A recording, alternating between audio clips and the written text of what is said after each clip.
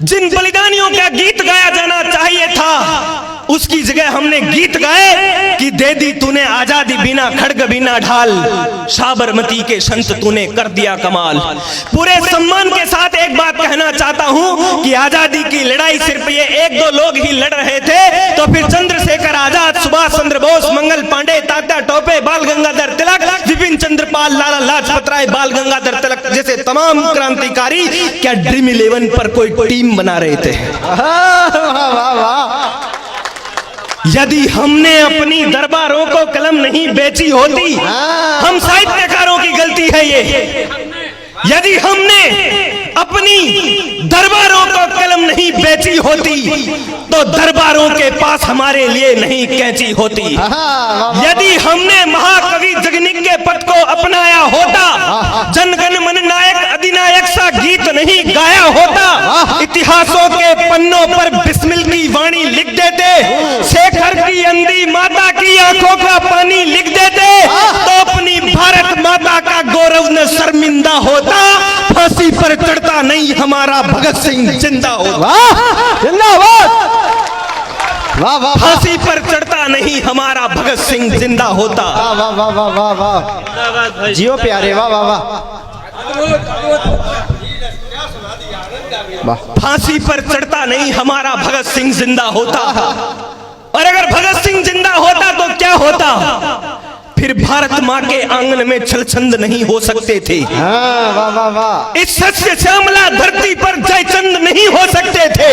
फिर नारी के इस धरती पर परिधान नहीं फाड़े जाते, आतंकवादियों के कोई सब यहाँ नहीं गाड़े जाते, शौर्य त्याग कायरता के मंचों से गीत नहीं गाते, अरिदल कोई भी महासमर फिर हमसे जीत नहीं जाते। और जिन्होंने बलिदान दिया अपना उनका अपमान नहीं होता, जयचंदो मीर जाफरों जैसों का गुणगान नहीं होता।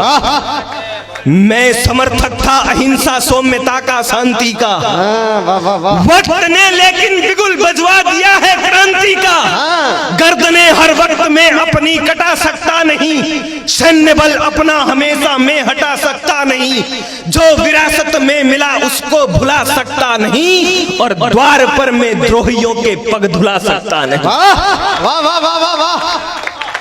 भा नहीं सकती हमें एक क्षण की भी परतंत्रता, रक्त से सींची धरा तब पाई है गणतंत्रता। भूल कैसे जाएं हम इस देश के संघर्ष को, सैकड़ों बलिदान देकर के मिले उत्कर्ष को। खोलकर अपने नयन इतिहास अपना देख लो, यदि बचाना देश तो चाणक्य से कुछ सीख लो। हाथ में तलवार थी, अस्तित्व अपना बच गया। लोगों ने कहा कि यूनान, मिस्र, रोम सब मिट गए, जहां से कुछ बात है कि हस्ती मिटती नहीं हमारी। हम क्यों नहीं मिटे? सिर्फ इसलिए नहीं मिटे क्योंकि हमारे पूर्वजों के हाथों में तलवारें थी।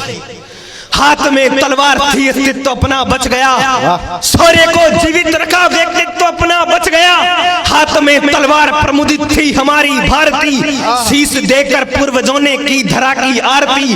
हाथ में तलवार थी तो देश का सम्मान था, चंद्रगुप्तों के समय इस देश का यशगान था। और आज भी इस विश्व में जिंदा है अपने सिलसिले, कौन थे पूर्वज हमारे साक्षी है ये किले। जानता है विश्व सारा इस धरा के कर्म को, धर्म है अपना रखे जीवित सनातन धर्म को।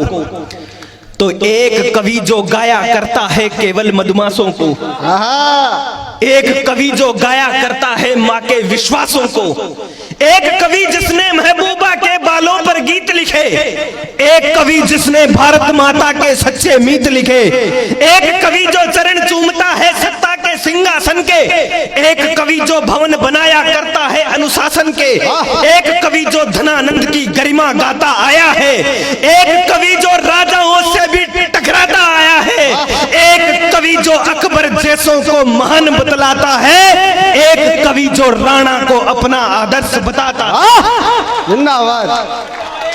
एक कवि जो राणा को अपना आदर्श बताता है, और एक कवि जो गजनवियों की गाथा गाता आया है, एक कवि जो झोपड़ियों की व्यथा सुनाता आया है।